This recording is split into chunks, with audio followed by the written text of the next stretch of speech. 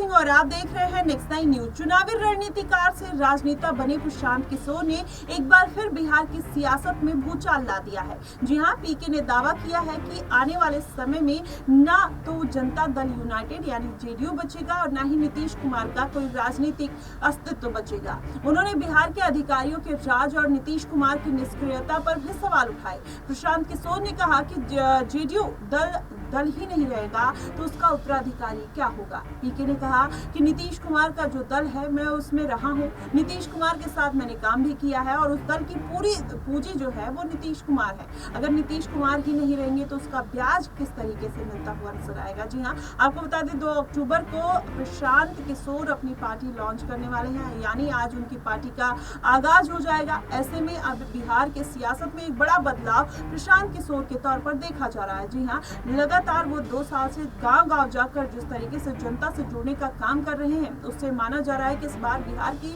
सियासत में प्रशांत किशोर एक बड़ा गेम चेंजर साबित हो सकते हैं। वहीं आपको बता दें, उन्होंने कहा कि नीतीश कुमार पहले भी मुख्यमंत्री थे। हुआ ये कि नीतीश कुमार पिछले कुछ सालों में विधायकों, मंत्रियों और पंचायती राज से जुड़े हुए लोगों के बजाय अपने कार्यकर्ताओं के बजाय पूरी व्यवस्था को अपने चंद 2-4 सलाहकारों के हवाले कर दिया है। पीके ने आगे ये भी कहा कि मैं उनसे अच्छे स्वास्थ्य की उनकी कामना करता हूं। लोग बता रहे हैं लेकिन कि उनकी जो स्थिति है शारीरिक और मानसिक रूप से उसमें वो सक्रिय नहीं है, तो जो उनकी इर्द गिर्द के सलाहकार हैं वही लोग कहीं ना कहीं पार्टी चला रहे हैं।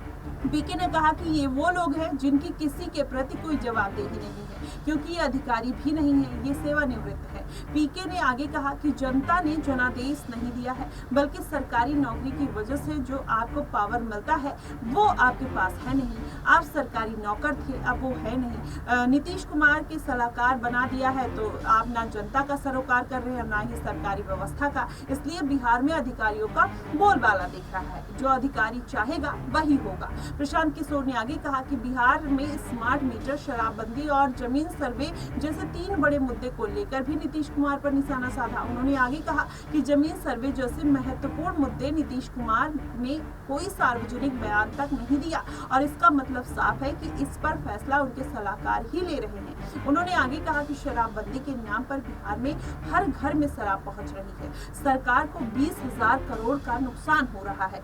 शराब और बालू माफिया खुले आम व्यापार कर रहे हैं और इन सब के पीछे नीतीश कुमार के सलाहकारों का ही हाथ है। इस तरीके से कहीं ना कहीं प्रशांत किशोर ने कई आरोप लगाए हैं नीतीश कुमार के सलाहकारों को लेकर। लेकिन उसके पहले अगर देखा जाए तो कहीं ना कहीं प्रशांत किशोर को इस बात का अंदाजा है कि अब जो नीतीश कुमार की सरकार है वो ज्यादा दिन तक नहीं रहने वाली है। यही कारण है कि प्रशांत किशोर के साथ साथ चिराग पासवान भी अब बिहार की सत्ता में कहीं ना कहीं काबिज होने के लिए अब अपनी एक पैठ और जमीनी स्तर तैयार करते हुए नजर आ रहे हैं। और यही कारण है कि लगातार उन मुद्दों को उठा रहे हैं जिन पर नीतीश कुमार बात किया करते थे और उनका दबदबा देखने को मिलता था। अब चिराग पासवान ने खुलकर ये भी बयान दे दिया है कि वो पद छोड़ने में बिल्कुल संकोच नहीं करेंगे। तो ऐसे में माना यह जा रहा है कि अब जो सियासी समीकरण है वो बदल सकते हैं और नीतीश कुमार की जो राजनीति है वो कहीं ना कहीं खत्म होने की कगार पर है। और ये बात प्रशांत किशोर ने ताल ठोक कर कही। वहीं अगर नीतीश कुमार 10वीं बार सीएम पद पर आसीन नहीं होते हैं तो जाहिर तौर पर इसका फायदा प्रशांत किशोर और चिराग पासवान उठाते हुए नजर आएंगे। देखना दिलचस्प होगा कि आखिरकार बिहार की जो राजनीति है वो किधर जाती हुई नजर आती है। क्या फिर से एक बार नीतीश कुमार अपनी राजनीति को संभालने की कोशिश करेंगे या चिराग पासवान और प्रशांत किशोर बाजी मारते हुए नजर आ सकते हैं। फिलहाल देखना दिलचस्प होगा। आपको इन मुद्दों को लेकर क्या कुछ लगता है आप हमें कमेंट बॉक्स में जरूर बताएगा। फिलहाल के लिए बस इतना ही। देश और दुनिया की तमाम खबरों के लिए हमारे साथ बने रहिए।